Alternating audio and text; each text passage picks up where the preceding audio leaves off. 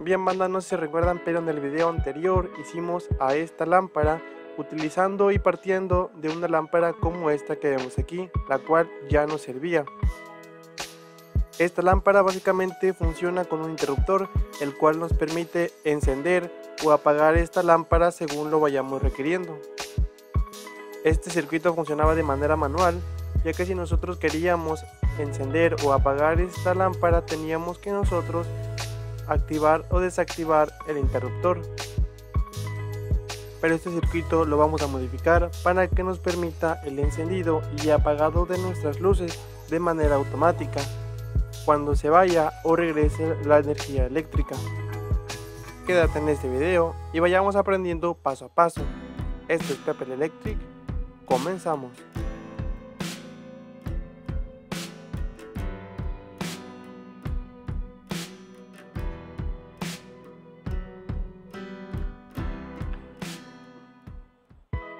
Bien, para este video vamos a estar utilizando estos componentes llamados relevadores, ya sea que tenga relevadores como estos, ya sean pequeños o grandes, todo funciona bajo un mismo principio. Y como complemento vamos a estar utilizando una fuente de voltaje, ya sea una fuente de este tipo o alguna de un cargador de teléfono que ya no esté funcionando o que ya no estés utilizando. Pero lo importante es que a su salida proporcionen un voltaje constante en corriente continua. Bien, en el mercado existen diferentes tipos de relevadores. Los hay relevadores de estado sólido, relevadores electromecánicos, relevadores polarizados, entre otros.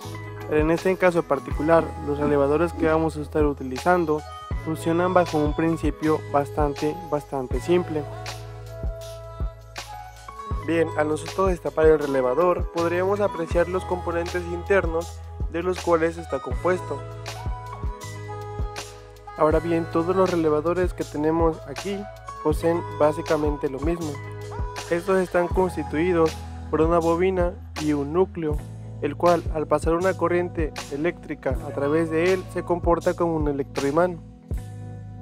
Ahora bien, para que esta bobina se convierta en un electroimán es necesario conectar a sus terminales una fuente de voltaje, ya sea esta que vemos aquí o una batería. Una vez esta bobina convertida en un electroimán va a atraer objetos magnéticos como si fuera un imán normal. Solo que a diferencia de este imán permanente, la bobina que tenemos aquí la podemos activar o desactivar de forma eléctrica, conectándola o desconectándola de la fuente de voltaje. Inspeccionando más este relevador veremos esta armadura, la cual es una placa móvil que es atraída por el núcleo cuando éste se convierte en un electroimán. Esta armadura está unida a unos contactos, los cuales también son móviles.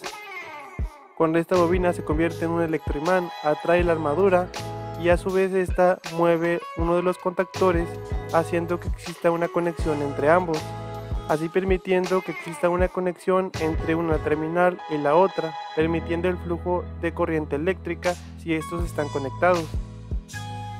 El relevador que hemos estado usando para este ejemplo práctico se le conoce como relevador de un polo un tiro, y esto es porque el relevador posee una terminal de entrada y una única terminal de salida, ya que solo puede tomar uno de dos estados posibles, ya sea normalmente abierto o normalmente cerrado. Y para esta práctica, a diferencia del relevador anterior, vamos a estar utilizando un relevador de un polo dos tiros, el cual además de las terminales de la bobina tenemos la terminal común, la terminal normalmente cerrado y la terminal normalmente abierto. Y bien, este tipo de relevadores poseen dos estados posibles que cambian entre sí en función de cuando la bobina está energizada y cuando la bobina no está energizada. Ahora bien, en el caso en que la bobina no esté energizada, o sea que la bobina no esté conectada a ninguna fuente de voltaje, existe una conexión entre la terminal común y la terminal normalmente cerrada.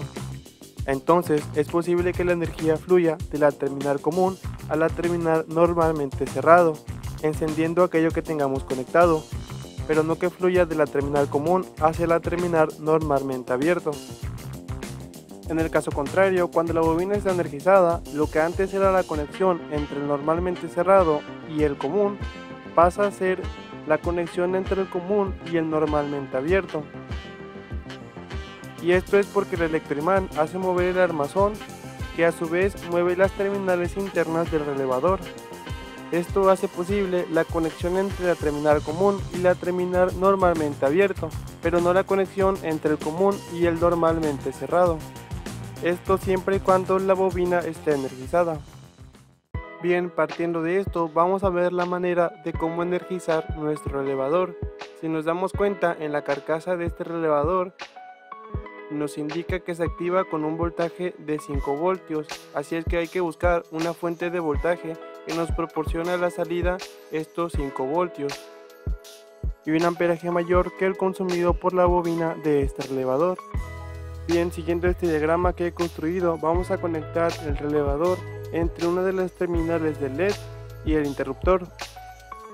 Para esto vamos a cortar el cable de color azul que une la terminal negativa del LED y una de las terminales del interruptor.